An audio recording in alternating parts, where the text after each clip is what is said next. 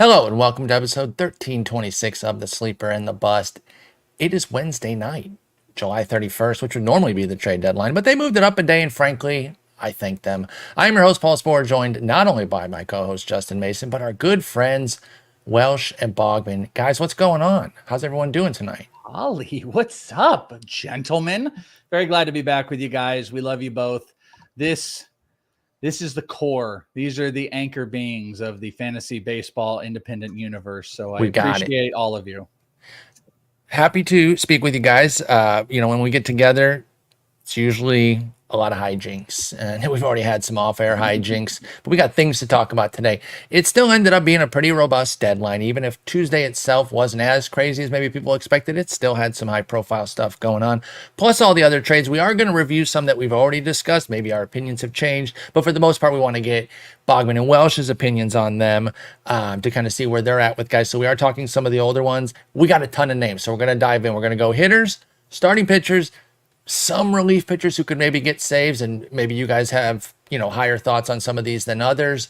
But I kind of listed the four that could really get in there, and then maybe a fifth. And then the prospects. We got a prospect guy like Welsh on here. Justin plays Dynasty Leagues. Bogman, I think you play Dynasty Leagues as well. I don't want to sell you short here. So everyone, why don't you play Dynasty Leagues?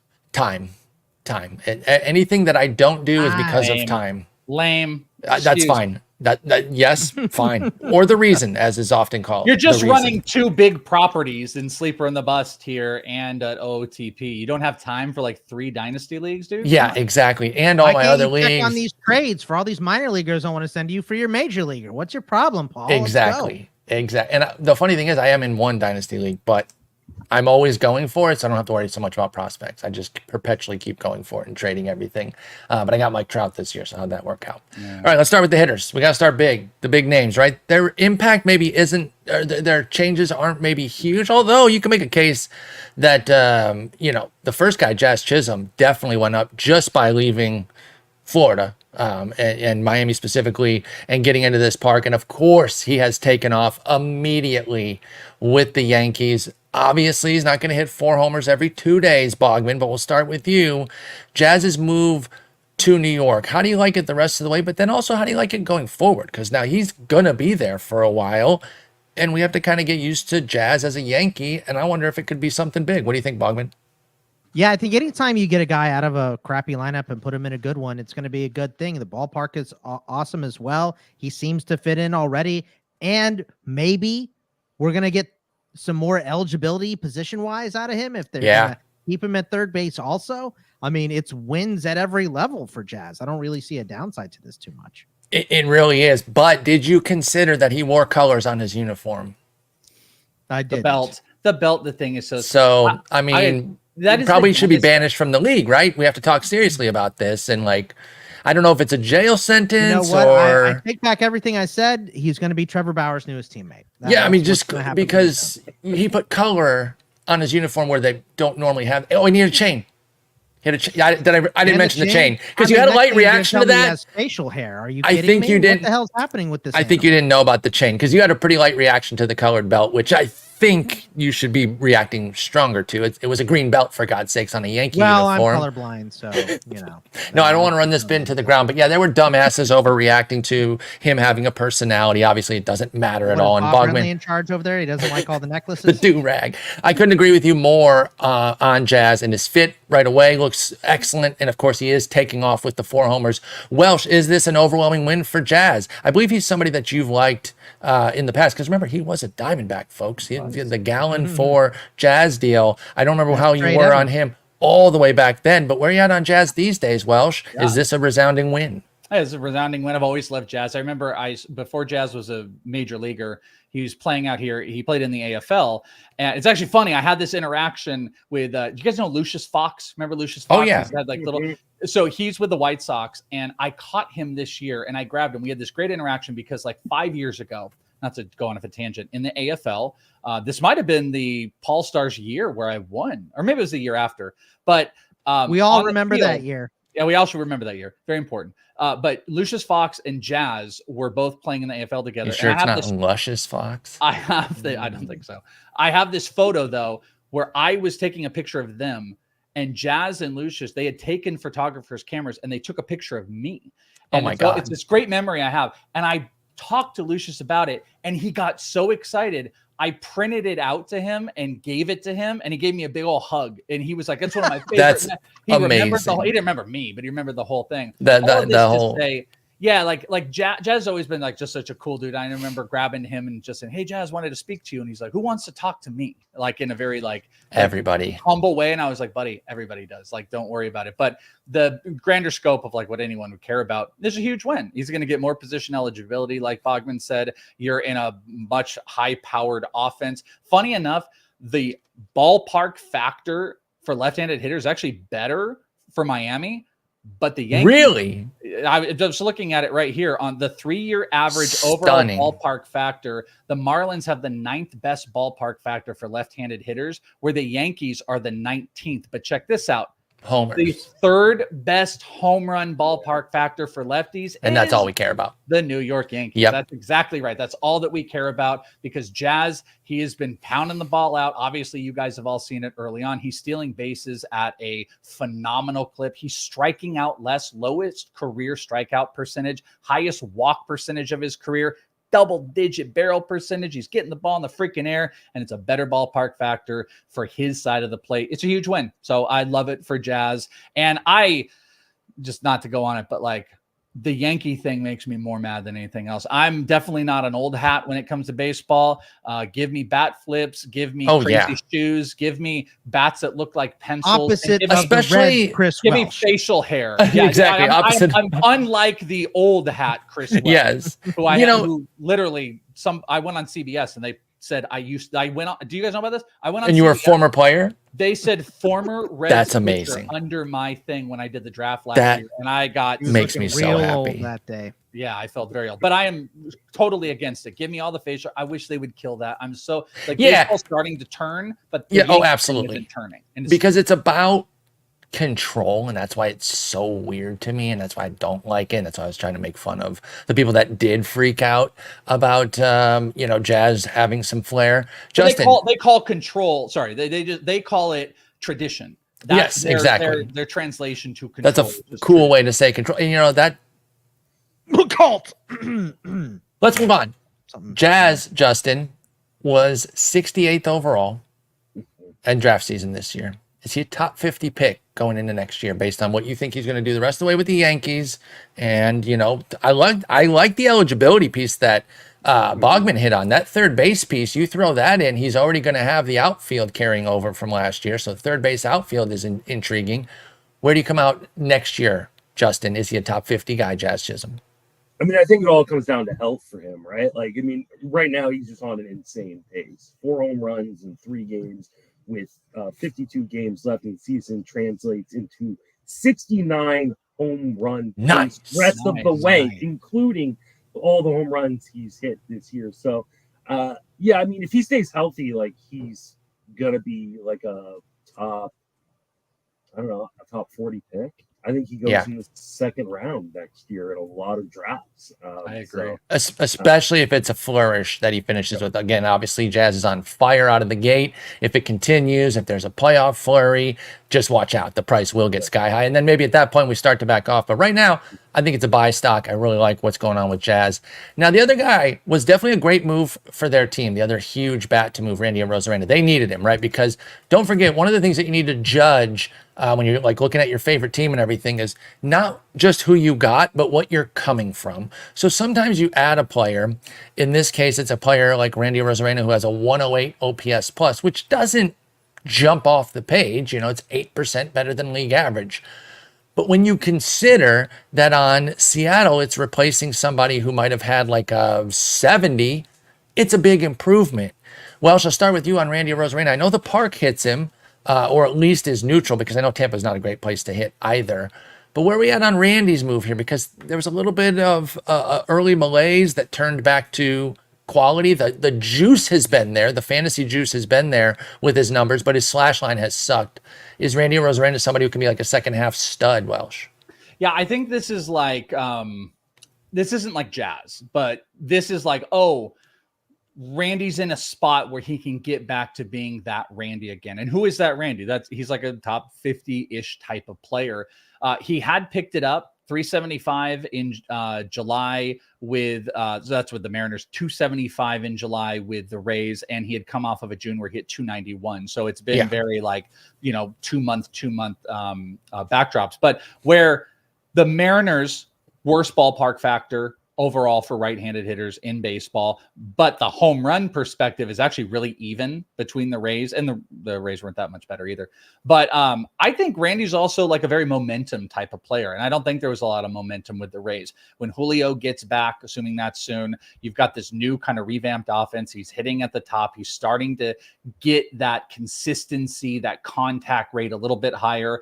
I don't know if he's going to be able to pull back and, put together like some 25-25 season. Be very interesting to see how much the Mariners are comfortable with him running. But even though he's not hitting the ball, the quality of the ball hasn't been hit as hard or as well. He's still not striking out a bunch, and he's walking. He's a guy that's going to score a bunch of runs. I would say this is like a slightly above move leaving the Rays. Slight upgrade, It's like a slight upgrade where like the ballpark brings it down from being like super fun. Like if you were to go to the Yankees, it would have been even better, or like the Reds or some stupid thing like that. But yeah, this is like a slightly above average move. I'm down with it, and he's going to score a bunch of runs as that team is going to be vying for a playoff spot. Justin, I'm not only going to ask you about guys' values next year, but I do think it is fitting to do this again with the Arozarena, because his price this year was 44, around where you were suggesting maybe Jazz could move to. Are they going to flip? Where do you think Arozarena is going to be next year? Because again, he has been down, but the people that are anchored on the first couple months are forgetting all those great numbers that he's been putting up to get his numbers back in check. Still has 16 homers and steals. It does come with a 219 average, but as Welsh pointed out, his plate skills are still fine. So where's Arozarena's price point next year? Assuming just a fine finish here with the Mariners, not something crazy that would change it one way or the other. Yeah, I think they do kind of flip. I think you see Arozarena around like pick 80, pick 90 next season. I think that's going to be quite the steal for Randy Arozarena. I feel like Arozarena always gets kind of pushed down unnecessarily. He just continuously puts up good lines year in, year out. And so he's, I paid the price for him this year, and I'll pay a reduced price for him next year for sure. Okay. I think that makes sense too. And I do think there is a chance, especially if the average doesn't really get back up, because when you put up 2 months of like sub 200, it's really difficult to build your average back up. So barring like a crazy run from Randy, he just might be living in the low 200s. And I think that could depress his price even more. And if he's in the 80s, 90s, well, then I'm going to have a Randy Arozarena on like every team. I could certainly see something like that, although he will be with Seattle again too, unless they trade him. So there is that as well. Bogman, did you have anything you wanted to say about him? I'm not necessarily going to hit all three of y'all on each guy, but if I skip y'all on somebody and you want to say something, bring them up. Do you want anything on Randy Arozarena, Bogman? I mean, I'm just glad that Randy has looked good the last 2 months. 291 in June, 294 in July, and he's hitting 350 after the break so far. So I think you're just getting a different Randy right now than you were 2 months ago. So I like the fact that he's hitting. Seattle needs this. They really need a spark in that offense too. And I think he can lift the whole lineup when he gets hot. So I really like the move. And I think some people could maybe be selling him. Not everyone's fantasy trade deadline is the same as the MLB deadline. See where the Randy Arozarena person's at. They might not have reacted yet to the fact that he's been so good for the last 2 months. They might be still giving you a discount. And I think I'd be interested in buying. Can I ask you one, Paul? Sure. Who would you rather have rest of season, Randy Arozarena or Corbin Carroll? Corbin Carroll, by the way, 6 homers, 6 stolen bases, but he's still hitting sub 220, and he really has not put together a batting average month where Randy has. Randy has had 2 straight 270-plus months and has better counting stats. It's got to be Arozarena, yeah. But Corbin Carroll also led all of baseball in runs in the month of July. No one scored more runs than the Diamondbacks are getting hot. And there, like you said, 6 homers, 6 steals in July. Like this has been a good July despite the 220. The BABIP just hasn't been there all year. As D-backs guys, just real quick cutaway here on Corbin Carroll. You guys watch their games all the time. What the hell's going on with that? Is he unlucky, or is he just not striking the ball well enough and then not getting the infield hits? Why is Corbin Carroll's BABIP still so dang low at 248? Yeah, we've talked about it so much. I did full breakdowns going through the charts and stuff like that. And he had a he had a really, really just like in your face explosive negative. And that was the upper inside of the zone where his launch angle was getting to like a negative degree. He could not get the ball in the air. And then pitchers attacked him. That was last year, by the way, when he was doing well. And pitchers attacked the hell out of him. He has been getting hit up top in the zone all season long. And he has been hyper aggressive. He has told everybody he's trying to swing his way out of it, and it hasn't worked. And he's been off the entire year. I think he's pressing. Maybe there's a shoulder thing, but I don't think he has found a way to take his swing and adjust properly. But now what he's getting is he's starting to destroy mistakes. He's getting guys that are attacking in the zone later in the year. Command is going away a little bit, and that ball isn't hitting that inside of the corner. And what's he doing? You get something high up in the zone, and now he's putting it back out. I think things are turning around for him, but I think it's an offseason overhaul, and he is a momentum player as well. Like he literally said, he is trying to hit his way out of this. It hasn't been working, but the momentum is working on his side now, and he's being a tiny bit more patient, and he is getting barrels on that pitch. And he said on that walk-off homer where he pinch hit walk-off, he said, that was awesome. It's the best feeling swing he has had all year. He said, I think that's my best swing of the entire season, and he's carrying that over. I think it's actually a great time to buy on Carroll, as homer as people are going to view me as on this, but like his average is still suppressed. But exactly in his average being suppressed, and I'll shut the hell up. He hit whatever 212. He led baseball in runs. That's hit crazy. More homers in July than he had any other 2 months combined, and he stole more bases than any single month. He had the best month of his season while still having a suppressed batting average. So if you can build in positive regression on the batting average side because he's hitting the ball better, you could get like last year-ish Corbin Carroll. And that guy is like at least a top 40, 50 overall player. So I think he's like a really cool buy right now before the season ends. No, I agree with that too, because I think people are going to look at to sell high on the 6 homers, 6 steals, and they're going to be upset by the batting average. And you might see some folks be like, okay, I can get out now because he has 6 and 6. Somebody might buy, and I'm nervous. I don't think you're getting them for free. Be ready to still pay something for Corbin Carroll. But anything that's like not a first, second rounder is a discount. I think, because that's someone might that's want pitching. You trade like Bailey Ober. It could be like, hey, Bailey Ober's been really good. You could trade a Bailey Ober to good. I would do something like that. Bogman, let me come back to you and move to Christopher Morel, who is ostensibly replacing Randy Arozarena, not directly in that I don't believe he's going to play left field, although he probably should play the outfield. He is a dreadful defender. He's played third in DH with the Rays, hit homers in both the games. They love this guy. They're all over Christopher Morel for his batting metrics. They don't give a crap about his defense or lack thereof. Would even if he has to be, took that same energy to the top prospect in all of baseball, if they didn't care about that too. Junior Caminero, that would be kind of sweet if they call him up. He could replace Paredes. Morel replaces Arozarena, and then they're back to where they were, and they're just fine. Springs replaces Eflin. Now again, I say that, and I say that they're back to where they were. Where they were was still like 2 games over 500. But either way, Bogman, Christopher Morel, is he the next big Rays thing, or do we overrate Rays stuff? Yeah, just every time they do something. Yeah, I think we definitely have a track record of them. I don't think we do. Guys and all that stuff, but maybe they do. I mean, what you really see from Chris Morel is, and you talked about this when you guested on our show a couple weeks ago, the BABIP, dude, 218. Yeah. This season is just crazy unlucky, dude. It's so unlucky. Like maybe it's just going to be way worse, but make it 250. I mean, last season it was 303. The year before that it was 320. Those are kind of low numbers too. Career 279 with this, season dragging him down. So just a little adjustment. If you can get this guy to hit the ball more, we know the power's in there. We know he can steal bases. Like you said, I don't really care what position he's playing. Just keep that bat in the lineup. So is it possible? Yes, but I would say it's a coin flip as to whether he gets it done this season. I would think that that's more of a work with him in the off season, get it fixed. And, wow, here's Chris Morel, so much better than we thought. But there's a possibility a slight adjustment could make him much better to the end of the season. So I don't mind, holding on to him, picking him up or whatever. I'm not dumping him because he went to Tampa Bay. I'm not adding him because he went to Tampa Bay either. So that's what I'd say about him. I'm still curious if they have something right away that they're like, okay, we got one little hand position change, do this, and boom, you're unlocked type of vibe. Or if you're right, it's a process situation. The one thing I will say, and Justin and I brought this up when we talked Morel in the trade, was the plate skills are markedly better this year. And if you had told me that he was going to cut his strikeout rate from Striking out a little 31 less. to 24 and raise his walk rate from 8 to 11, if that's the only piece of info you'd given me on Christopher Morel this year, I would have paid 25 more picks for him than his ADP, because I would have been beyond excited to hearing that his plate skills improved like that. How surprised would you be if you knew his ISO was 80 points down? I'd be floored. I'd be like, what do you mean? Okay, then he's just not hitting the ball well. And then you come back and tell me, no, he's actually crushing the ball. It's just that he never gets results on it. It's unbelievable. I'm becoming a bit of a Christopher Morel stan throughout all of this. Even though I came into the season a little tepid on him because I was worried about the defense hurting him.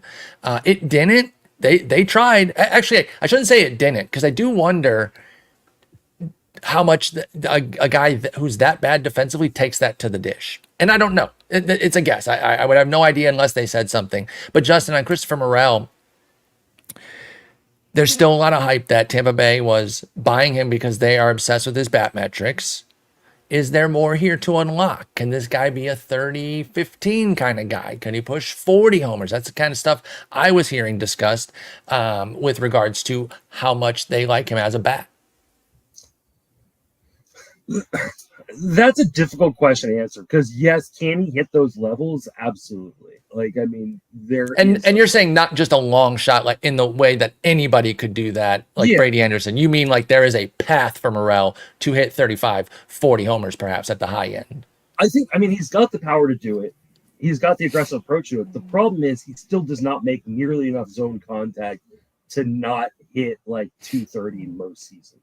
Right. I mean, he definitely shouldn't be hitting as low as he is, but while he has been unlucky, he's deserved some of this, bad luck. He doesn't make enough in-zone contact, and that is going to be a problem for him, especially on a team like the Rays that value guys who make a lot of contact or get on base a lot, and he will struggle with that if he continues to miss inside of the zone. So I've always been the low guy on Christopher Morel. I continue to be the low guy.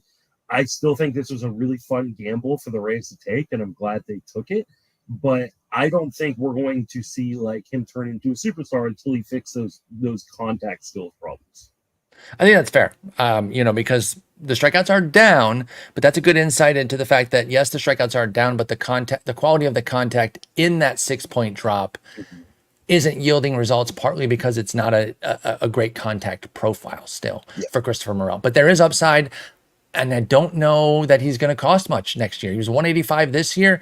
That's probably not going to rise that much. Now, there'll be some Tampa hype, so I don't think it plummets, but I think he's going to be affordable next year, and I think I'll be in. Bogman, Isaac Paredes goes the other way in that deal, which was really interesting. It really was a win-win, because I talked about how Tampa Bay was gushing over Morel and his plate skills and batted ball metrics, but then you got Paredes, who just smacks the piss out of the ball, all those pull homers, but can actually play a little bit of defense, which is really what the Cubs wanted. They wanted somebody who could basically hit close-ish to Morel and has even better plate skills. Paredes makes a ton of contact, 16% strikeout rate, which you don't usually see with guys with his power. And the power has kept up. 16 homers again this year after 31 last year. What's in store for Paredes, who, by the way, is returning to Chicago? He had been there before, and in a roundabout way made it, I think, from the Cubs to the Tigers to the Rays, I believe, is the trajectory of Paredes. But what do you think about Isaac Paredes as a Cub?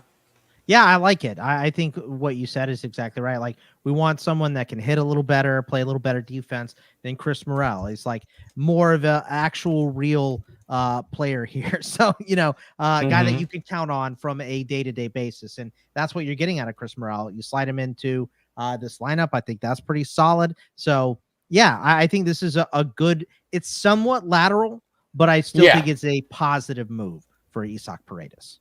And I thought it was kind of interesting where the Cubs, they were selling off a couple pieces, Mark Whiter Jr., because they weren't fully in it. They're definitely a long shot, 7 games under 500. But Paredes is a guy, they have a deep enough lineup that if it got going in the right direction, they could still make a run. Now, they'd be a long shot, like one of the bigger stories of August if they made a run, but they're not completely out of it. They didn't just mass sell everything out there. Isaac Paredes is a guy. Now, Welsh, you don't have to comment too deeply on this if you don't want, but Isaac Paredes is a guy I've always heard is a bit older than is listed. Do you have any confirmation on that he might be more 27 than 25? I don't, but I have heard rumors about lots of players. Okay, like that yeah. So it's rumors, okay? And I don't, it might even be irresponsible for me to even have said that like that, but I may or may not have also authority. heard the same rumor. I'm just saying. Yes. I may or may not have heard this exact same one. So what do you do with something like that? Do you assess Paredes differently where he's not in the beginning of a peak window, but maybe more toward the end or the middle of it? How does that help you assess Paredes?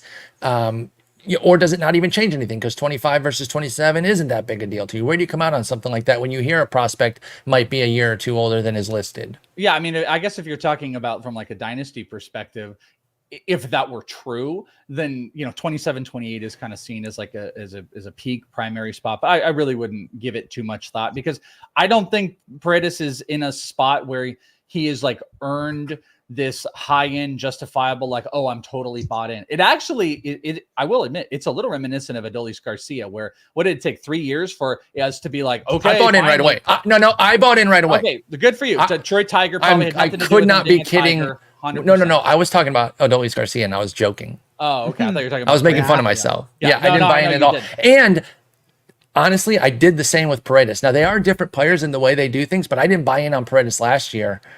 And then I really didn't buy in the follow-up this year. So I did make the same mistake again. And I don't really either. And I want to speak on Morel for a second after this real quick. Okay. With Paredes, like, I don't want to have every conversation be about ballpark factors. I'm doing it a lot. But like Tampa Bay, left field, 315. It's 355 in Chicago. That's a big That difference. does matter, though, right? Because if Bregman moved to a park with a similar move, we would be concerned if he went from Houston to Baltimore for some reason, right? Because he's a huge pull power guy. Here's why it matters with Paredes. Because yes, Paredes has a ridiculous 24-degree launch angle. Yes, he is one of the pull happiest players. All of his homers were pull. But guess what?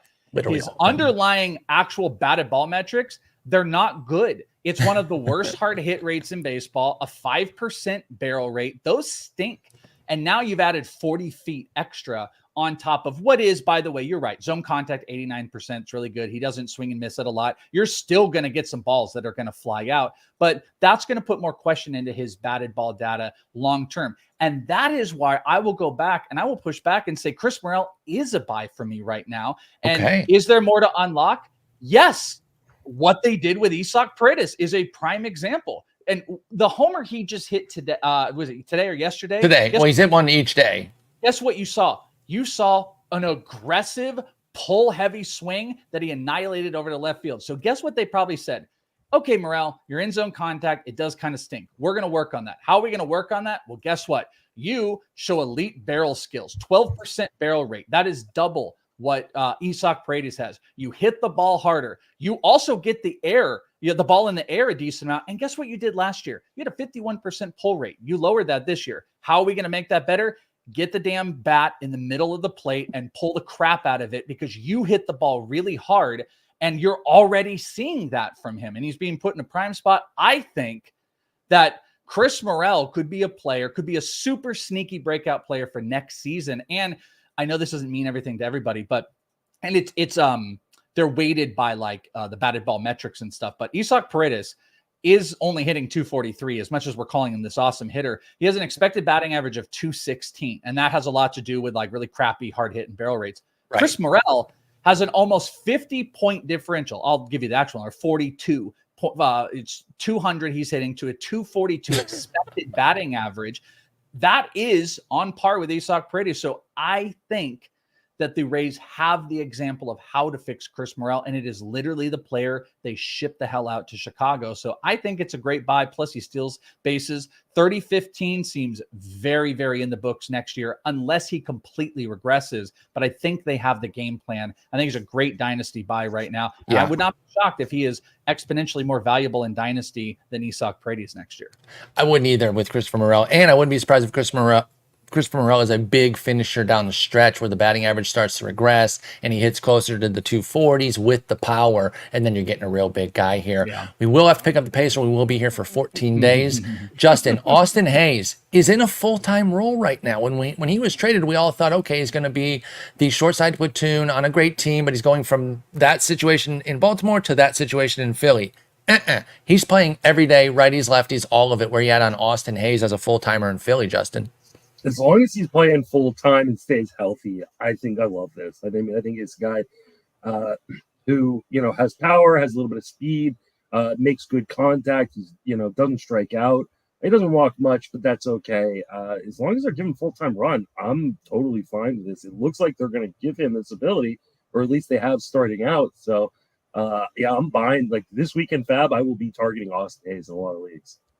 I did not have any special inkling or anything, but I did pick him up already, and I'm very happy that he has now fallen into a full-time role. I had kind of a one up, one down situation.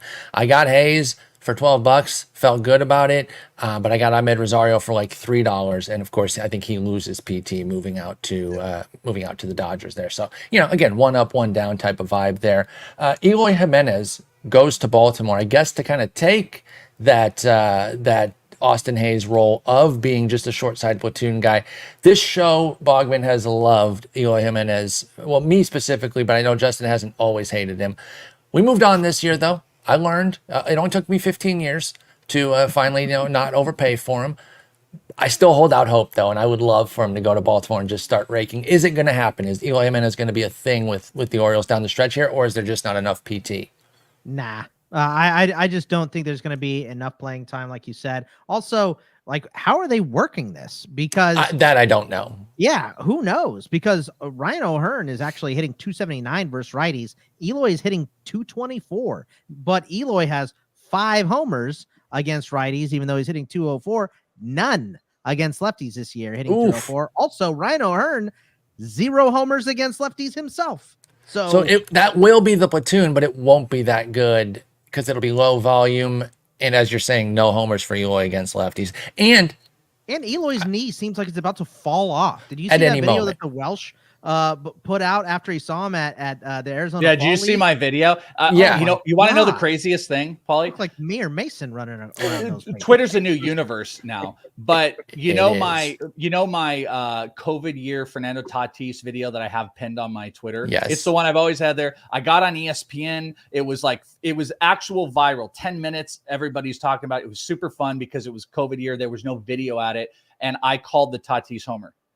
That was amazing. I'm saying that she plugged to me is the Eloy Jiménez video I got this year in Complex League where he hit the ball and jogged to first, which is on my timeline. It got more impressions, more actual impressions, exponentially more than my Fernando Tatis one from 4 years ago. It did it in a week because people were so ready to just dump on Eloy Jiménez because he was just jogging his ass off. Did you hear the Chicago like the desk, like after a game when they send it to the desk in studio? They were brutal on Eloy. Oh, I hope we only got a bag of baseballs for him. Get this guy out of here.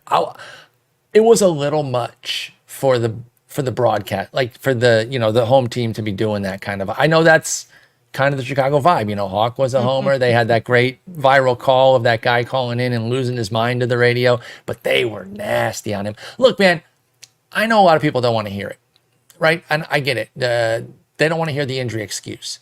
But again, is it an excuse or the reason? I think sometimes like we call things excuses to be like, oh, you can't use that as an excuse. It's like, well, what if it's just the reason? Right. And I think that's what it like. He doesn't want his body to suck. It's not his fault. So I don't know. It's tough. But I guess one last parting question on this, Bogman. Any universe where they pick up the $16.5 million team option on? I don't see it. Maybe in one of those weird Marvel universes, but not in this one. Exactly. I don't either. All right, moving on. We've got Lane Thomas. Now, this was a nice little move. I got my Guardians hat on, repping for the division leader there. I liked it. Listen, within respect to what the Guardians are going to do, which is not much, they're never really going to pull off that big move. This wasn't too bad of a deadline. It was go get Lane Thomas to get outfield because they've needed outfield for like 52 years, even though they give away like 2 or 3 good ones a year. And then a sneaky little pitching pickup in Alex Cobb that we can get to later. But what do we like for Lane Thomas here? Are you worried about the steals output? What do you think is going to go on there, Welsh, with Lane Thomas in Cleveland? I love that he was hitting 2. Hitting between Quan and Jose Ramirez is phenomenal. This is not an improvement. It's so funny. The Guardians are one of the weirdest. I guess I'd have to take off the 3-year marker, but like from a 3-year perspective, right-handed hitters is actually one of the worst right-handed hitter ballparks. This year alone, though, they're the number 1 left-handed home run hitting. Isn't that crazy? Because of the change they made out in right field. So like, I could say I'm using that to say like this isn't like a high end like cool thing that he's adjusted to, and now he's in this great ballpark. Like Nationals are middle of the league, Guardians are kind of at the bottom. But I love the idea of him hitting between Quan and Ramirez. I think there's going to be opportunities to run. There's a lot of obviously like run opportunities, not just running for stolen bases. Run scoring opportunities. I think there's like a 5-tool potential. He's also got this lineup protection, whether it's real or not. There's like a actual lineup side to, oh my gosh, you can't strike out Quan, you're going to have to pitch to him. And if you don't, you got Lane Thomas, and then you got Jose Ramirez hitting behind. I think it's just a really good piece, and it's a nice little hidden piece to his fantasy value. He also has about a 20-point boost on his expected batting average from where he's currently at. So that's just telling us there might be just more in it. He's been getting the ball in the air a whole lot, which might not help here, but he's striking out less. I like it. I think this is I feel very Pollyanna about all these trades that happen, but I just like that. Like they got him to put him right into the fray at the top of the lineup. The 2 spot. Yep. Yeah. On a good team. I really like that for Lane Thomas. And it's a big crossover trade for those that play AL, NL only leagues. I think that's a real impact player there with Lane Thomas. I want to stay with you on this, Welsh, because I brought up the steals component with Lane Thomas, and I don't think he's in major danger to lose steals because while Cleveland only has 89 to Washington's 147, Cleveland gets the steals from the guys they allow to steal. 20 for Ramirez, 16 for Jimenez, 10 for Tyler Freeman. I think they let Lane Thomas continue to run. However, our next guy, who's had a crazy breakout year out of nowhere, due in large part to his steals component, I think it dries up for Jesse Winker. I think this is a really bad move. You said you've been Pollyanna about all of them. Where are you going to be at on this one? Because he's got 14 steals, but he's going to the Mets, and they just don't run. Do you like Winker with the Mets, Welsh? No, I think he's probably going to be put like Starling Marte is starting a rehab assignment. So like, I think they're going to be in like a platoony type of situation long-term. And even if they weren't, like you said, it's not really a great spot for it. I don't imagine they're going to be running him a whole bunch. He's not going to be able to be hitting a ton at the top of the lineup, especially as they get healthy. So this is kind of a negative for me. And it's pretty typical when you see these fringy outfielders getting traded at the trade deadline, they're moved into platoons. You just said Eloy Jiménez, actually probably going to be in a DH platoon. Tommy Pham, who we're going to be talking about, probably going to be in a version of a platoon. Most middle-in outfielders that are traded at this time of the year, they're put into some version of a platoon. So I don't think this is like a great move for Winker. Yeah, I totally agree with that. And that's a great call about those second-tier outfielders that were starters on second division teams. They become platoons. One of the guys going the other way, where he was a platoon at best in his old team, now has a chance to play every day. Justin, it happened for our boy. Miguel Vargas is finally freed. Are the fruits coming, man? He's only 24 years old. I don't know if you saw the game today. He made a terrible play out in left field. I hope that doesn't immediately cost him playing time, but I was like, oh no, not a great first impression there.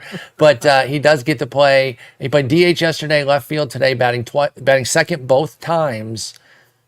Early indications are they want to insert him and make him a piece. Are we back all the way back in on our boy Miguel Vargas, Justin? I mean, I'm all the way back in. The fact that they batted him second in both these games, I think he should be the DH. Don't let him hit the field. He's not a good defender. Yeah, he's just Eloy from that standpoint, you know. And by the way, it's a great marker, by the way. Like if you make bad defensive plays, they'll just play you forever. So Miguel doesn't have anything. There you go. Right. I mean, I definitely want to kind of echo the things I said the other day about him, which is he does not have the upside. We haven't talked about him on the pod. Yeah, that was on Nick's on our trade special. Okay, Jeez, so Mason. my bad. I just can't. No, because we are repeating some guys, but we were on our trade special, and that's where you discussed him. You joined us for that to talk about him. So go ahead. I think people think of Miguel Vargas as this like super elite high upside guy, and he's not. Like he's a top tier prospect largely because he has a very high floor, not a super high ceiling. He doesn't have a ton of power. He doesn't have a ton of speed. What he does do is make a lot of contact, and he can be a massive accumulator in fantasy if he's playing every day and batting high up in the lineup. right now he's playing every day and batting high up in the lineup. So I like Miguel Vargas from that standpoint, but like I don't think he's ever going to be like a 30 home run hitter or anything like that. I think that would surprise me. I think he will be in the hall of pretty good if he can continue to get everyday playing time.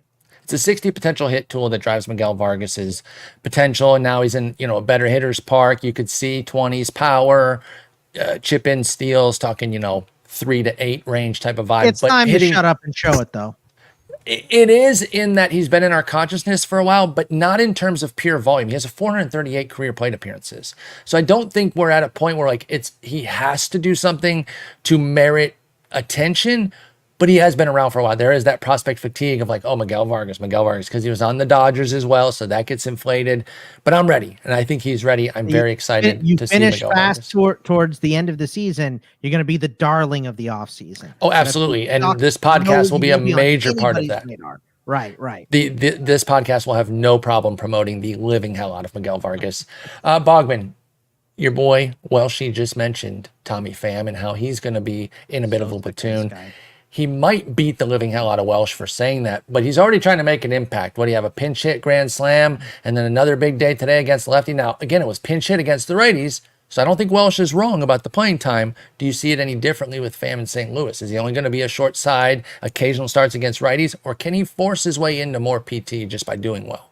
I mean, he can, I think, by playing well. Tommy Pham has always been one of those guys. I mean, for all of his faults, not between the lines, he's a very good baseball player, and he takes his at-bats very seriously. Like, he's a pro's pro in terms of that. So I respect him in terms of the way he approaches the game, for sure. If he goes on a heater, absolutely, he can earn time.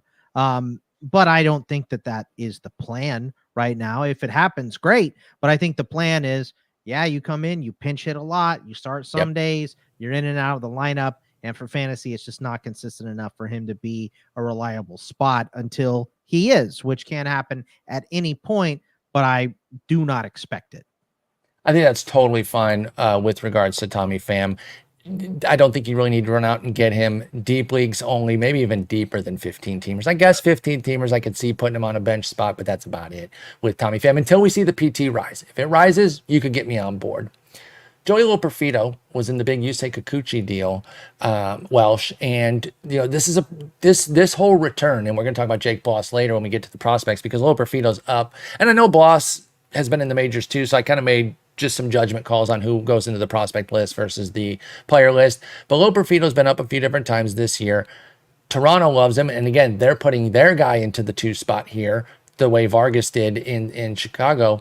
Is Loperfido a dude, or how concerned are we about the massive K rate, Welsh? Yeah, I mean, he's a dude, but I think a great organization to be in would be with the Blue Jays. If you've got a strikeout problem, they've done a really good job just overall, like their organization. When you look at like overall stats, I do a lot of like baseball betting. So you're looking, all right, who are the teams that are hard to strike out? Like the Blue Jays kind of sit in that world. So is he a dude this year? Probably not. Like, if we're just being honest, it's super cool they're putting him in this spot.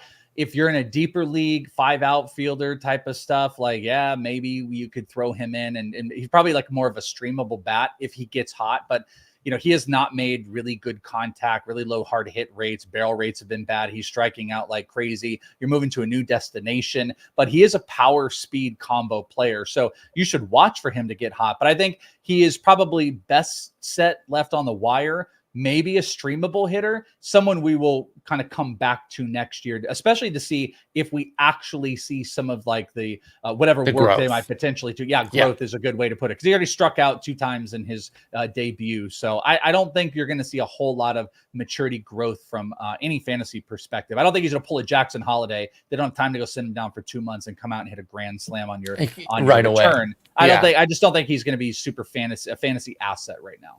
I don't necessarily think so either with Loperfido, because when you strike out that much, it's just going to be really hard. But again, streamable bat, keep tabs on him. If he catches fire, then we change our tune pretty quickly. If he starts making contact at a decent clip, even if it's for a short period, Joey Loperfido can deliver some fantasy juice. When Josh Bell was DFA'd, we kind of knew he'd likely get traded, and he did.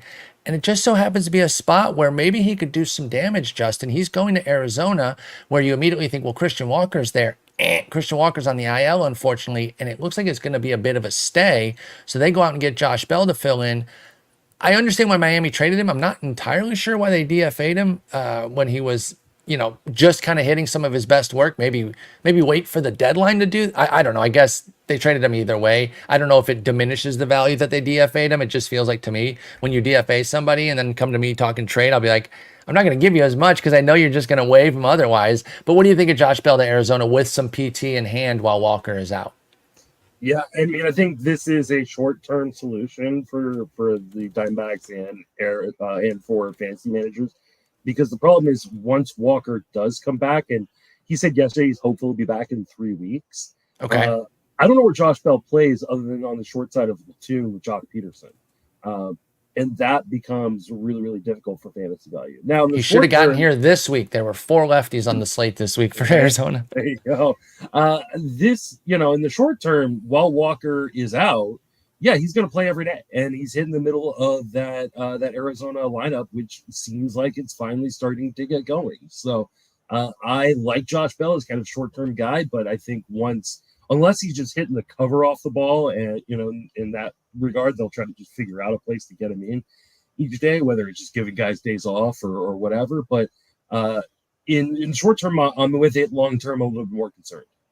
I think that's totally fair. But 6 homers this month, definitely the bat unlocking a bit for Bell. Ride the 3 weeks, reassess after that. Again, if he's cooking, he's a switch hitter. He doesn't necessarily have to platoon with Jock. Maybe Jock would lose some PT, but Josh Bell would have to hit his way into that situation. The team he left, Miami, they made that trade for Trevor Rogers where they picked up a couple pieces that people are pretty excited about. We'll talk about one in the prospects, but then Kyle Stowers is already with the team, batting third today. Another guy here that the team that got him says, hey, you're a middle of the order guy for us. We really like you.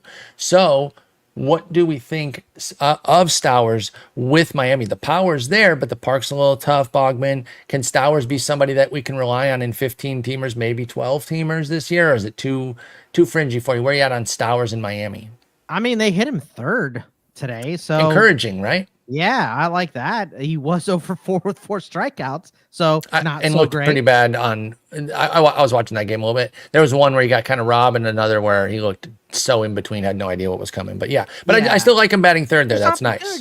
Yeah, there's opportunity in Miami, and that's all you can really ask for. So if you want to grab him and stash him and see if he's going to pan out here, great. There's not a lot of competition for him. They hit him high in the order already. Seems like they like him.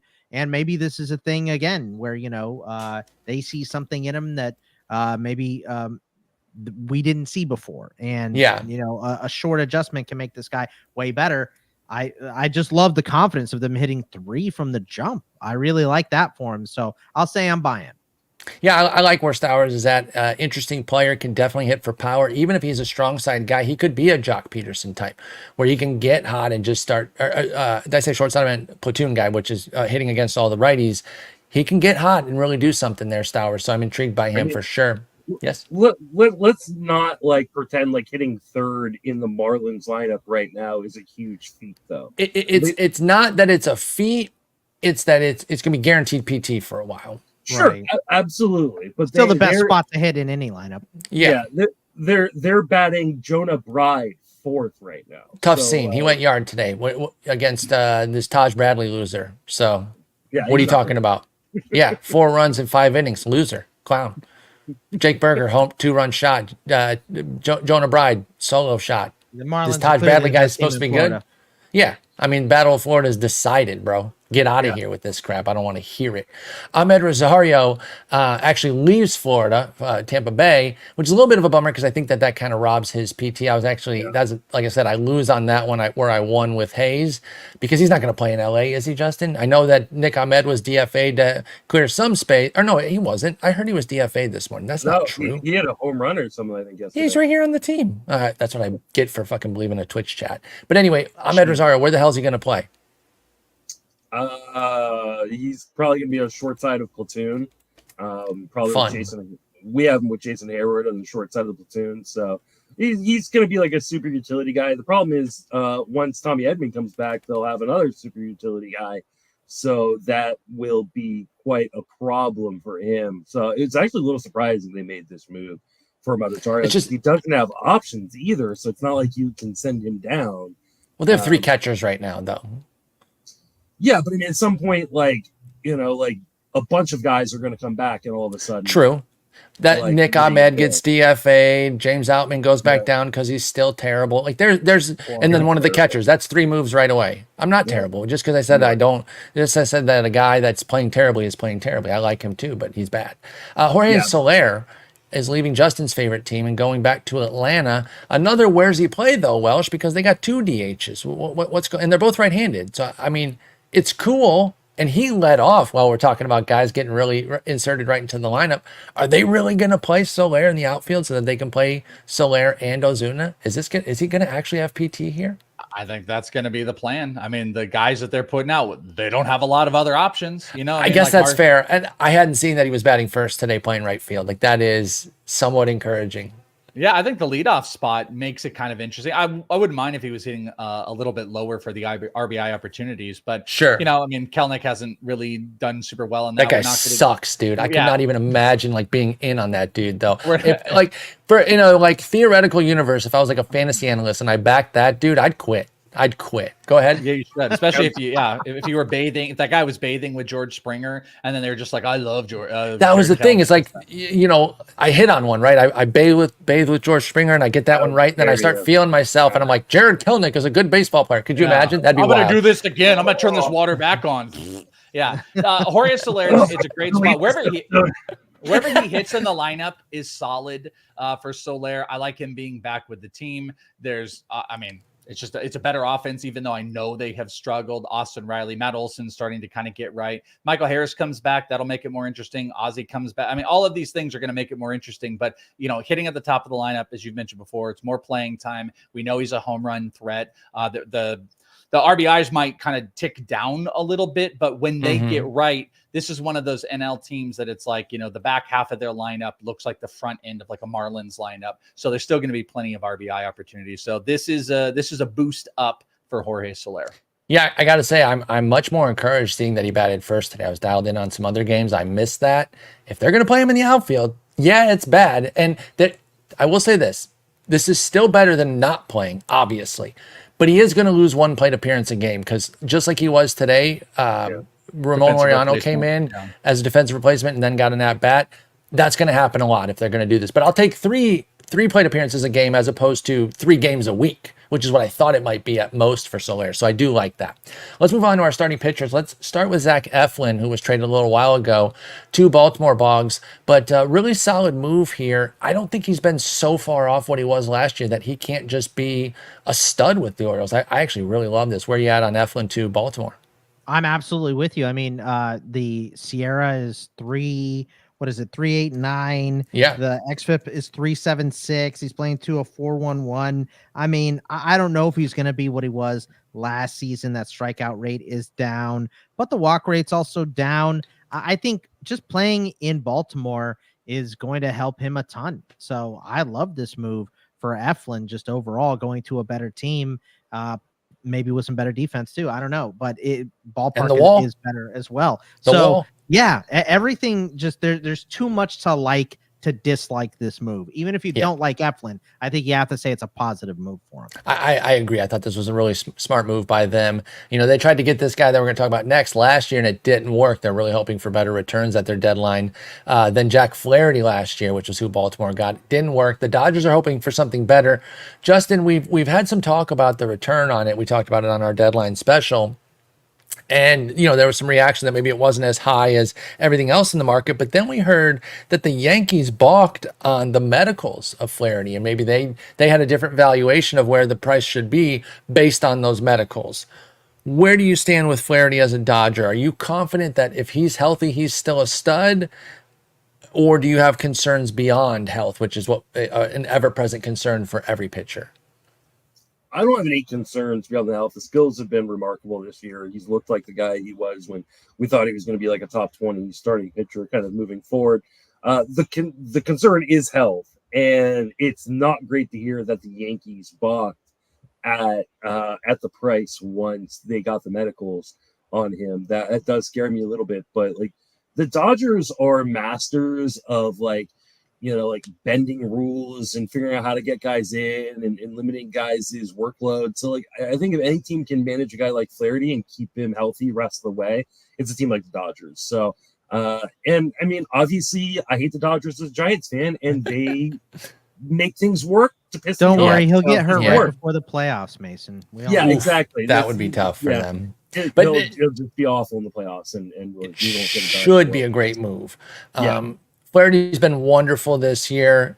The medicals are the medicals. If he's an injury risk, he's a higher injury risk than most guys because he's been injured a bunch. But Jack Flaherty's a stud. And again, that probably explains why maybe the results or the returns were a little bit lighter than we were expecting in such a hot market. The Dodgers were able to give a few of their lower prospects instead of the top end ones because of whatever the medical scares are. And I guess that makes sense, especially for a rental. This guy isn't a rental, though. Erick Fedde going to the Cardinals fits too much, Welsh. It just makes sense for them to have just kind of another, like, solid, high floor, maybe a lower ceiling type guy that just kind of gets it done. You know, leverages the quality defense that they can have sometimes. Nice pitcher's park, at least leans pitcher. It's not overwhelmingly pitcher, at least last I checked on Bush. But what do we think of Fedde for both years? Because he's been great this year. Is this a flash in the pan? We see the Sierra and the FIP running a bit higher than the 3.11 ERA, or is this real? Can Erick Fedde stay good even if it's a bit regressed next year, or is this a pull the cord after this year type vibe? No, I don't think it's a pull the cord. I think this is a solid move. He is weird that he is like, almost 30% sinker, yet he works the sinker higher in the zone and doesn't really run a really high ground ball rate. It's like 44%. He used to be 50 in the 2020, 2021. So it's just kind of odd because you could make this argument like, oh, sinker ball pitcher that you're going to get with Nolan Arenado and Paul Goldschmidt. Like, whoa, this is going to be awesome for that defensive side. But he just works higher in the zone. We've seen a lot of cases. He actually gets a decent whiff percentage on that sinker, which you usually don't see. It's like 21%. But I think when this team is right, there's a lot of good offensive support. He maintained a 3.1 ERA with the White Sox, which is super impressive. His regressed expected ERA is still under 4. I think he's a 3.5 guy that's a 5 or 6 strikeout per game with, the upside of pulling at 8 or 9 strikeouts. That sweeper has been pretty devastating this year, even though it's only got a 28% whiff rate. I love the move. It was the right move for the Cardinal. Incredibly better team context. It's an absolute no-brainer that it's better all around for Fedde this year, next year. But I don't think he's going to completely fall apart. I think this is a solid mid-rotation pitcher that any fantasy person would want on their team because it got better. It got better him getting out of Chicago. Team context. Through the roof for Fedde there. And again, I like him for next year too. Those Cardinal guys, they can be cheaper too because they are boring. Like even the good ones, Sonny Gray, their best guy this year. Now he had some injury concerns, but he's a little bit older. The fact that they're older makes him a little bit cheaper. He'll be 32 next year. So I think Fedde's nice with St. Louis. It's a solid pickup. Yusei Kikuchi, that trade's getting a lot of talk, Justin, because of what they got. Sorry, I'm going to Bogman on this one. The Yusei Kikuchi trade, the returns are getting a lot of chatter. We talked about Loperfido already, and we will get to Jake Bloss, but I want to ask you about Kikuchi. The one issue that he has, even this year, like when he's been good, and even last year when he had his hot second half run, is homers. Are you worried about a left-hander with those Crawford boxes and a 1.3 homer 9 Boggs? I don't think, how can you not, right? Like, and I'm in H-Town now, the H-Town area. Mm-hmm. They are not happy about this trade here. My buddy was fired up before he even heard the return of this trade. He was not happy about Kikuchi. Needless to say, lost his mind after he saw the return for Kikuchi. And like you said, the hard hit rate with the Crawford boxes, and just look at his top 2 pitches this season. His fastball and his curveball are getting hit over 290, 297 on the 4-seamer, 291. And the XBA is a little better, but 274 and 262, still not good numbers for this guy. So his top 2 pitches are getting smashed. He's giving up a lot of hard hits and a lot of bombs in a worse ballpark for that. I don't know how this is good. So, I mean, maybe he improves because this Sierra is not bad. At 348, it's actually lower than it was last season. Yeah. 386. But he always has played to an ERA a little bit higher than his xFIP and his Sierra. It's usually not this bad. So maybe there's a little room for improvement. Team context is nice in Houston with the way they're playing right now. But I don't know. I just don't like Kikuchi, so I don't know that I love this. That's the thing too. I come in with a bias against him a bit. I will acknowledge that, but I just don't see that this works super well because of the homers. You talk about how he consistently misses his ERA indicators, your Sierras, your FIPS, whatever. And it's because of the home runs. That's, again, I say it all the time. It's the quickest way to raise your ERA is a couple mistimed homers with runners on, and you're sunk. So that is tough with Kikuchi. It was a nice return for Houston. I do have to say I probably would have preferred Loperfido, Bloss, and Will Wagner, Billy Wagner's kid, over the Liranzo and Sweeney returns that we got, but we'll see how it goes. Justin, over to you for the Trevor Rogers deal. Going to Baltimore, this is one that, and we'll talk to Welsh in a moment about Conor Norby. We already talked about Stowers with Bogman. I think people are overreacting on the return here.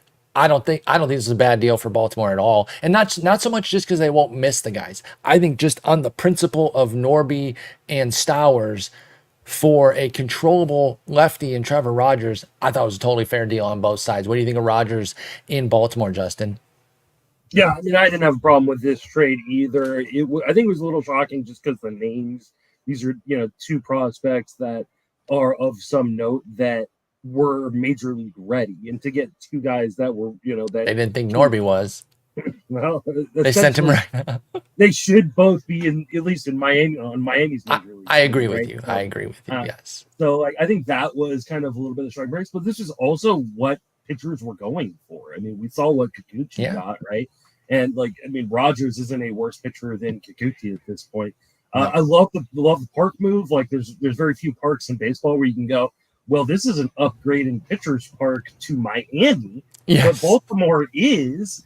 And the defense is fantastic in that outfield in Baltimore as well. I think as long as he stops walking so many guys, he can be really, really successful. I just love this for fantasy value. I'm glad I, still had some shares kind of lying around on my deeper league team, but I think he's going to be even more like 12-team viable move forward. Yeah, I'm really intrigued by Trevor Rogers. Obviously, the win potential goes through the roof, moving from Miami to Baltimore, and I'm really excited to see how he finishes. I think he's going to be somebody I'm in on next year. I really, really like this move, and maybe it's just my interest in Rogers, which makes me think that this deal isn't that crazy on the Baltimore side. Norby Stowers, a good return. It is a good return, but the Baltimore got something real here too. Don't be surprised if they get Rogers closer to his 2021 season than we've seen recently. Not all the way back necessarily, but that's a good pickup. He's a solid pitcher for sure. Alex Cobb was the other deal that the Guardians did, Welsh, and I thought it was kind of sneaky. I liked it. Go pick up somebody who's hurt right now. It's obviously a wild card because of the injuries. He's always got injuries, but you don't pay much for him at that point, and it could help the pitching there. Offense has led this team, which has been crazy, and they replenished that with the Thomas move. But what about this Alex Cobb move? Was this as sneaky as I think, Welsh, or was it just throwing something at the wall?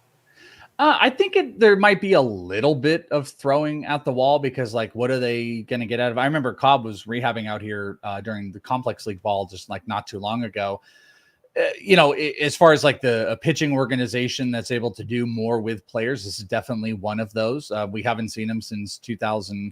We haven't seen him since last year, since 2023. So I don't know. I think this is depth. I got to be honest with you. The next guy too. I don't know if you're going to go to me with it as well. Yeah, I was actually going to go to you with both here. Finish him off.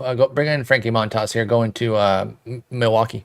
Yeah, I just think both of these situations are teams that are playoff bound that are looking for as much depth as possible. I mean, that's what every single one of these teams are doing. Diamondbacks didn't make all the moves because they have depth coming. Eduardo's coming back.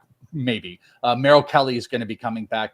They have you have a few of these teams that don't have viable young pitching prospects that I think are going to come up soon. Brewers didn't feel Jacob Mizorowski was going to come up soon. So you go and get some more depth of someone that's more likely to be in the rotation. Montas fastball's been up this year, getting him out of Cincinnati, probably good, but he's got a walk problem. He's had double-digit walks in 5 straight games.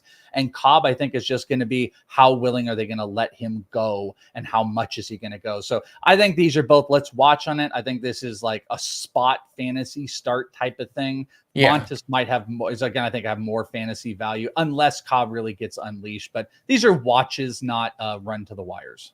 I think so too with Montas and Cobb. Cobb's the better pitcher, but we don't know where he's at on the health status, so we got to kind of see him. Whereas Montas, nothing's going to jump off the page at you to be like, ooh, I should go get him. you're really taking a flyer on the Brewers and just saying, oh, he's on a better team now if you go out and get him, which I don't think you really should be doing anything but like NL onlys and maybe some deeper mixers until we see something, if we do with Montas. All right, with the relievers, just curious if they're getting into the saves mix. We don't really have to go deeper than that because we still have to get to the prospects as well, and a game at the end that Justin has for us.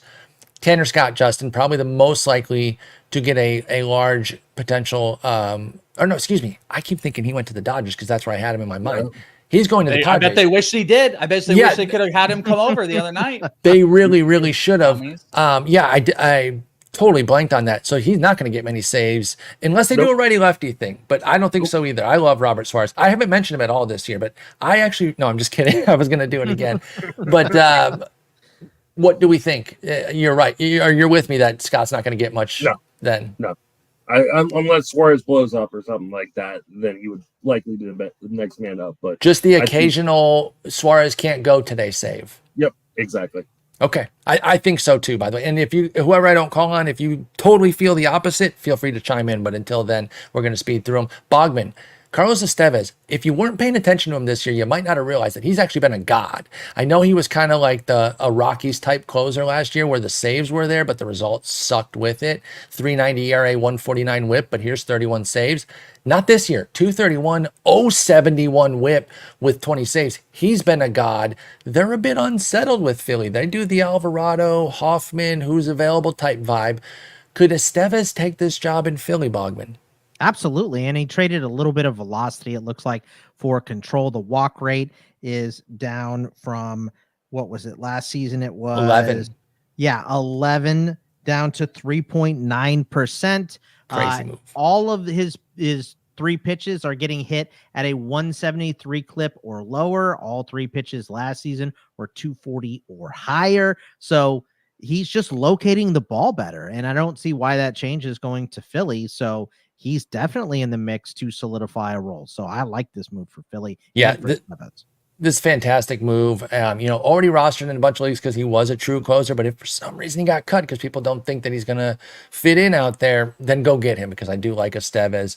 Welsh, Jason Adam also joins that San Diego bullpen. So I'm sure it's the same answer as Scott, unless you really like Adam for some reason. But what do you think about Jason Adam out there in San Diego? I actually personally think Jason Adam is the best of those three relievers, but I think he's going to probably be like the fireman. They're going to put him in the highest leverage. Because I agree with you, but that's why he's not going to get saves. Also, the thing I think to think about, and this is really going to piss everybody off, there's the potential that, this might be the best like 3-man, bullpen that any team has got out there right now, that they could really do analysis on the hitters that are coming up. If you've got guys that struggle with fastballs, Robert Suarez is your guy. If you have got a couple lefties in there, Tanner Scott's your guy. And if you're looking for a mix as far as like where the secondaries can go, as far as like the power slider and the power changeup, which by the way, both have 40+% whiff rates on. Disgusting. If you got guys that struggle with off-speed stuff, you might go to Adam. So there's a potential they could bing those guys around. But the easy answer is Adam is probably the fireman. He'll come in the highest leverage situations, which probably will end up being like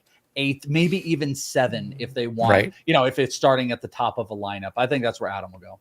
Yeah, I think that's totally correct there. It would be interesting if they did play around with it and just play the best matchups. It would drive us nuts as fantasy folks, but it would be the right move from a baseball standpoint. By the way, we don't even mention Jeremiah Estrada. He's still a god out there, 39% K rate, 7% walk. He's their 4th guy now. That is crazy. If they just need these guys to go 5. It's like go 5, exactly. Please, and we're just golden. go if 5. Go 6, we can fix the rest. And if they get Musgrove and Darvish back, oh my God, this team could actually looking like they're going to get Darvish back. Darvish has got some personal problem that like I have seen like 4 different reports about how they're trying to be like really, really supportive and they haven't not announced what it is. So just pointing out Musgrove's coming back.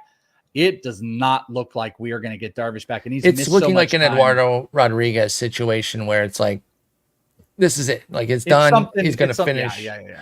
And it's none of our business what it is. So I'm not even going to ask you if you've seen it because I don't give a shit. It does not matter. I don't know what it is. I've heard nothing, but it's a personal issue. And I just hope it gets taken care of for the better. Exactly. I hope it's nothing awful for him. I love you, Darvish, unless it turns out that it's a personal issue. He's a great dude too, by the way. If you ever get an email from me, my email is actually a picture of Darvish and my son where we were at the Padres camp and I'd asked him like, oh, did you take a picture of them? Darvish he was blocked by a gate. He walked through the gate, and remember, there's people everywhere wanting What his a attention. stud, He walked dude. out from the gate to come over to my son to take a good picture with him, not at the gate. And he's just like one of the nicest human beings out there. And I that's a picture love on my him. email. So I am happy to hear that about you, Darvish. Again, if later we find out that the personal reason was because he's a scumbag, we take back every positive thing we said about him. But until then, The we Trevor love you, Bauer rule. Darvish. Right.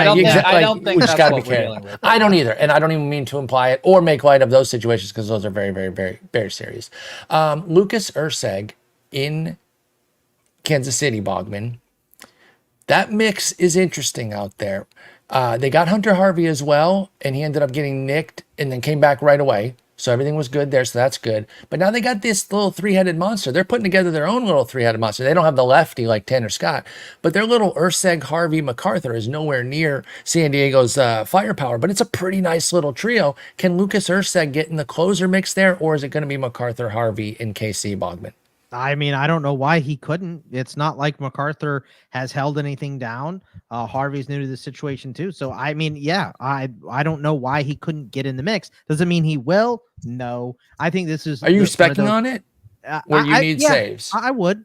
Okay, I would too. I would speculate on it for sure. I have Erceg in a couple spots just in case they flipped Miller early. Right, so right. That's why I wanted to go ahead and do this. But yeah, I like Erceg in this spot. I think he can definitely get in the mix for saves, and I have him in a bunch of spots. One guy I do want to mention, what do you guys think of this Baltimore scenario? I've been waiting for Craig Kimbrell to crash and burn the whole season, and it looks like maybe it's starting to happen. So. Yeah.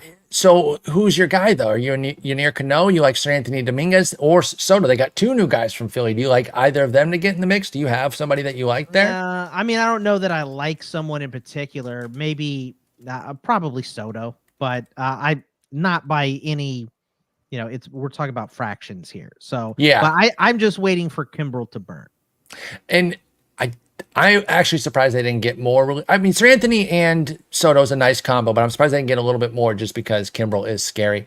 Justin, AJ Puck, had some buzz coming into the season as a starter after relieving nicely last year. He's back in the bullpen now in Arizona. Does he push Seawald out there? Because Seawald hasn't been amazing. What do we think? No. Okay, then we're ignoring AJ Puck. I actually agree with that. I almost didn't even include him. I even put a question mark next to him because I really wasn't Thompson, sure. If because Seawald almost blew another one today. Right. So it'll be Ryan. They brought in Ryan Thompson. I think it'll be Ryan. You'll see. They like Ginkle too, though. I'll tell Ginkle you. Biloba. Yep. What's that? Guy that we didn't mention on here, and you probably have done it in passing, but Ben Joyce. With right. Luis Garcia.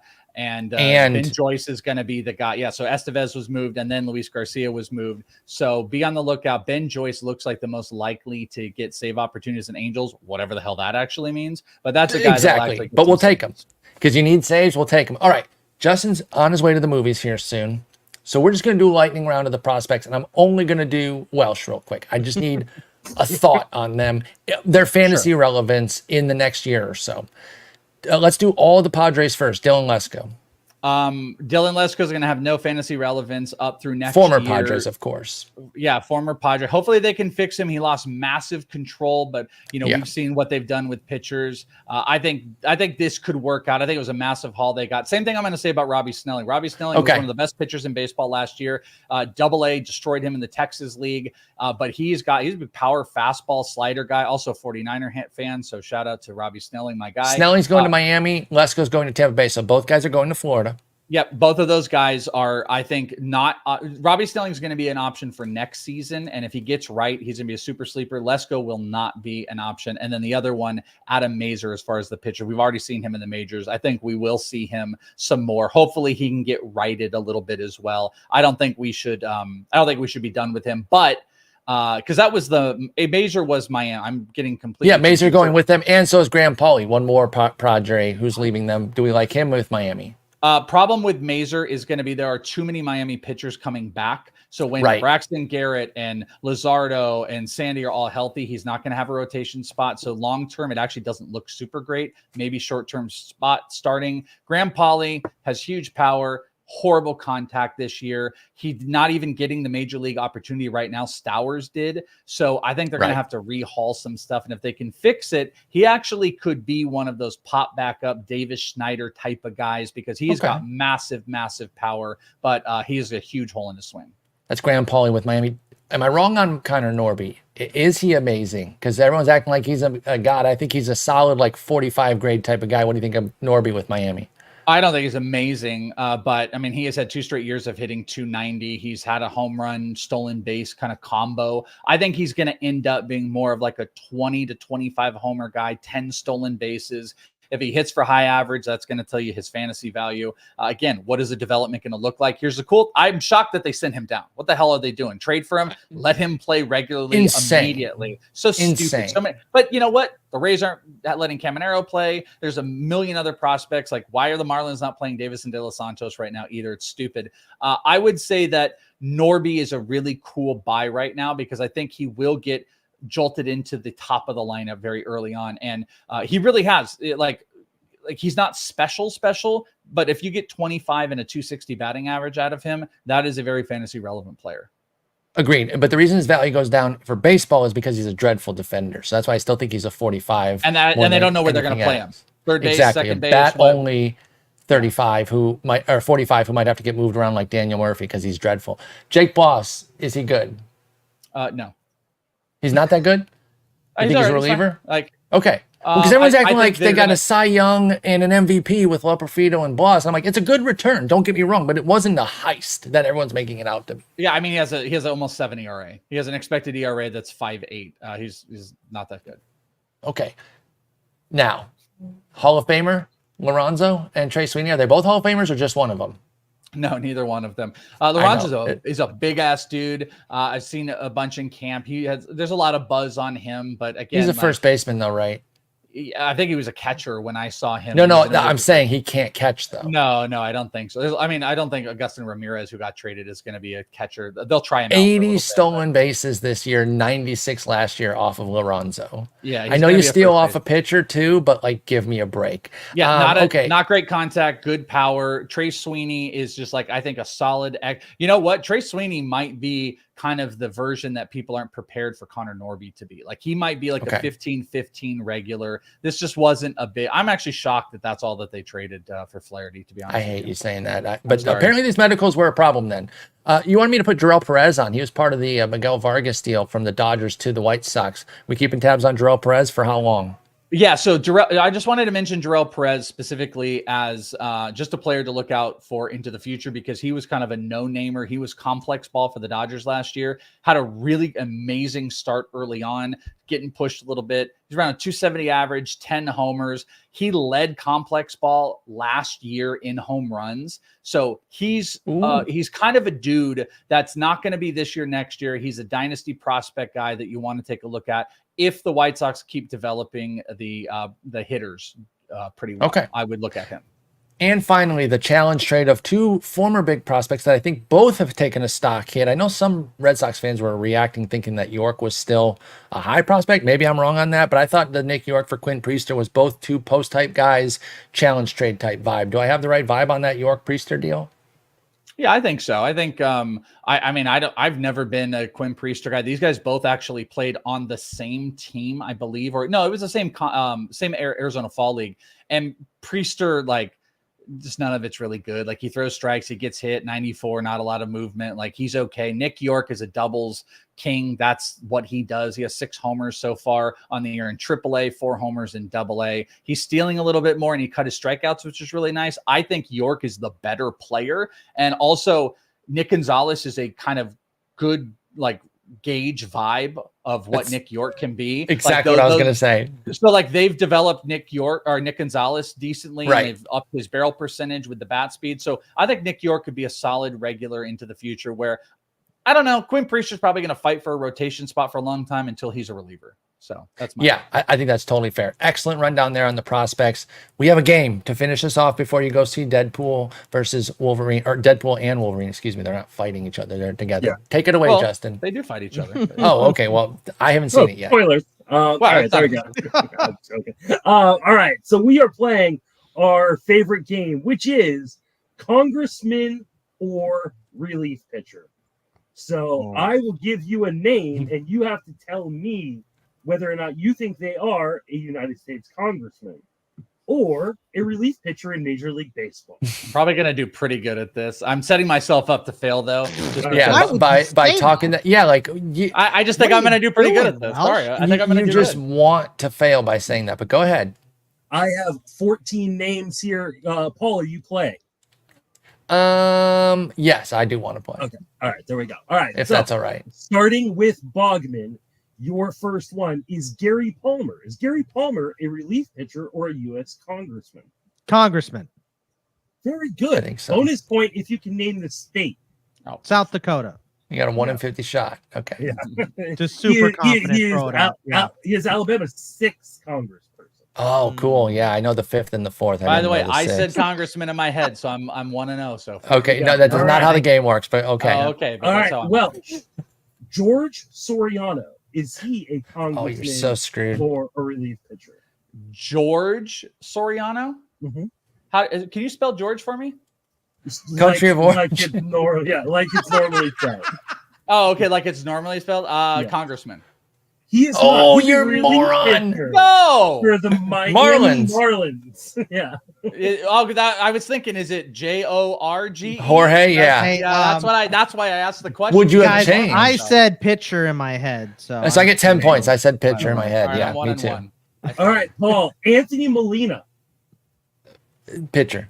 Pitcher. He is a pitcher for the Right. Colorado Rockies. Right. So, Okay. you know, Okay. all I'm right. 3-0. Thanks, Justin. Give them the easy ones. Jesus. Give me a hard one then next time. Because All George Soriano was easy. Paul Sporer, Matt Gates, pitcher or Paul. Piece of shit.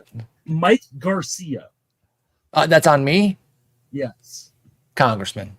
He is a congressman from what state? Texas. No, he is from Thought you California. were trying to screw me. Trying to do something in my home state there to get me. Chris. Let's see. Why don't we give Chris, who the fuck's you- Chris? You mean Welsh? Yeah, the Welsh. Yeah. I know. JD Schulten. Oh, you are trying to mess with me. I'm gonna. I'm gonna do really well at this game. I know. Congressman. No, you moron. Dang it. Actually, I was just helping the Welsh catch up. He's actually both. He is a legislator from Iowa that pitched in an independent baseball league game recently. Did you guys not see that viral clip? No. It was amazing. It was amazing. Yeah. So that was the one that like we reminded Justin to play the game again. So let me Inning ask in the you, what seventh? would be his primary job? His primary job is a legislator. Oh, from okay, Iowa. so correct. Welsh, absolutely correct. Smartest man in the room. Thank you. Okay. You got it right either way. That's why Yeah, he said he yeah. was. That's helping the I out. thing. just You wanna actually point out, he though, did help wait a you out. That you get a point. I will say, I'm gonna eat this. I had forgotten that was the name of the guy. I thought you said Jesse Schultens, who I know to be I a would've White known. Sox Yeah, pitcher. And that's Yeah, why absolutely. such Yeah, a yeah. great name. So, Exactly, because that's why I was like, no, you idiot. He's a pitcher. So I will eat the L on that. I was wrong. I jumped down your throat on that one. Go ahead. Bogman, Dylan Lee. Relief pitcher.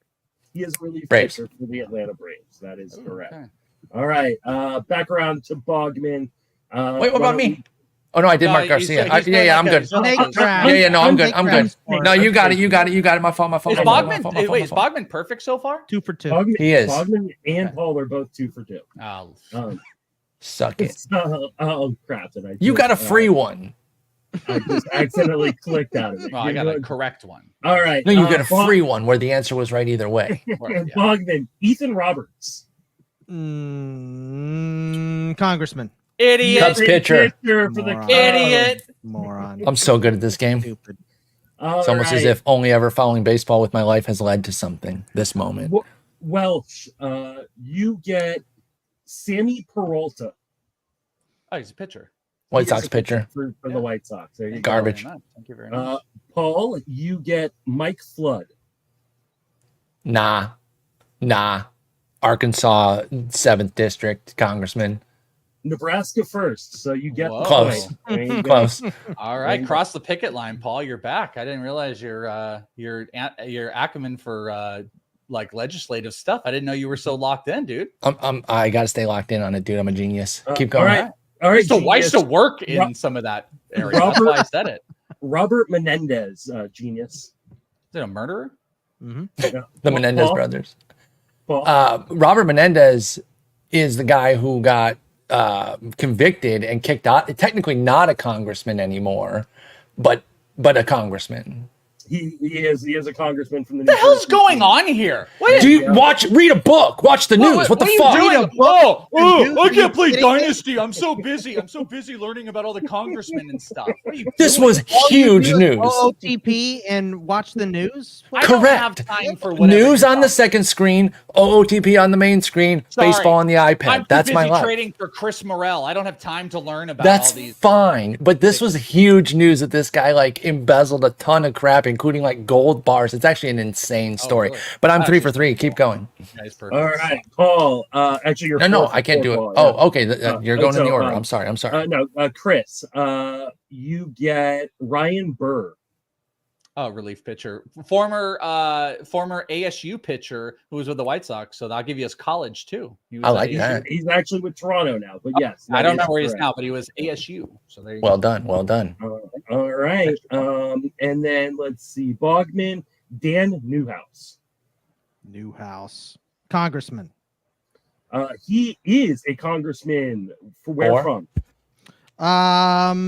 Let's say Oregon. Nevada. Oh, you're really close. It was Washington. Oh, you should have said I like Pacific that. Northwest. A little and proximity PNW. action there. P and Dub. Right. P and Dub. Yeah, the P and Dub there. And then let's see, the Welsh. You get Colin Allred. Congressman. He is a congressman from what state? Idaho. All red. Virginia. From Texas. Texas is 32nd. I don't know. Okay. All right, Paul. Let's see, Joel. Stay Kuhnel. perfect. I'm sorry, who? Joel Osteen? Joel Kuhnel. Joel Kuhnel. Is that like Kuhnel or something? Yes, Pitcher. he is a pitcher from the Tampa Bay. Oh my Rays. God, Paul is just so good at this. So And stupid. Get off me. That will do it. Paul winning this game. Pretty good. Sporer. Champ. Pretty good. Not gonna lie. Fun I'm game. gonna I guess I'll go. He's gonna go study. Guys, for those that don't know, Welsh is so pissed off that he lost this game, and I love it. I am. He's absolutely livid. I have been in He's gonna- cars with congressmen. I have worked with some of the. He's gonna top have a political little people in my laminated previous sheet life. of all the congressmen, and when we get to Arizona, he's gonna be like, Tammy Duckworth, Bill Serious. Johnston. He's gonna be studying his names. I worked with all monsters though, so it doesn't matter. I've worked with Well- all the monsters on the planet. Isn't that a little redundant once you said you work with Congress people? There you All go. right, wrap this up. I got to go to the movies. All right, you gotta go to the movies. All right, thank you guys so much for joining us. Tell everybody where they can find your show and your independent work that you guys are doing, including the Prospect podcast. Well, start with you, and then we'll go to Bogman. Yeah, in this league is always the 10 years running. We're a 10-year anniversary. We've been Atta doing baby. in this league on the baseball podcast. You can catch me and Boggs. We just recorded a recording episode tomorrow. We just did a trade deadline one yesterday. Prospect One, that's my prospect show. I'm actually undergoing my Prospect One ADP. So I'm creating a prospect ADP for people to understand. It's kind of a really good chart for prospect valuations. So you can check that out. That's on our Patreon at inthisleague.com. And if you guys don't know, I work for Fantasy Pros now. So I do leading off Monday through Friday. It's a live show on the youtube.com/Fantasy Pros MLB. And I'm just on a bunch of other, Fantasy Pro stuff on the football side, but the baseball side, I like to think I kind of run the show over there on the baseball front. Love it. We had a really good year, and that's all that stuff. Boggs, I kind of took everything, but Boggs also does a tons of football all over the land. Well, then that Yeah. peak season about to start here, Boggs. Give it to us with the football that's coming up, because I know we try to keep the football out, but Justin and I love football. So give us some football stuff that you got going. Yeah, obviously ITL fantasy baseball and fantasy football is in prime. We're actually right in the middle of Hell Week for football, where we do 5 episodes this week, one every While still day, doing the baseball. while So still doing impressive. the baseball. So a lot there. I'm on the Dynasty Fantasy Football podcast with Pat Fitzmaurice and Ryan Wormley on Fantasy Pros every single week. I'm doing college football at CFP Winning Edge, and I'll have a lot of stuff on betting pros and fantasy pros during the football season and college football season. So just at Bogman Sports on the Twitter, and you can follow all my work. Fantastic stuff, gentlemen. Thank y'all so much for joining us. Justin, Thank you for having us. What have to. These little 4-packs are wonderful. Did nothing get spoiled for you? Are you going to see this and nothing has been spoiled? Nothing is spoiled. Incredible. You know what? Tell them how it ends real quick, Welsh. Most impressive job of the entire year Thanks. Justin not having this spoiled, because that is all that is on my time. I mean, I saw it the minute it came out. If people on the video, I have the Wolverine bucket behind me. But for you to have not had anything spoiled, congratulations. Get the hell off the internet and go enjoy all of the fun. I need to go watch it this weekend. I'm should. excited. Have All right, you Justin. seen the cameo Sporer? No, I'm in the dark too. Oh, sorry. So- Reading your political magazines, reading the New York Times. Yes, my political magazines. All right, Justin, get out of here. We'll talk tomorrow morning. I'll talk to y'all later. Bye. Take it easy.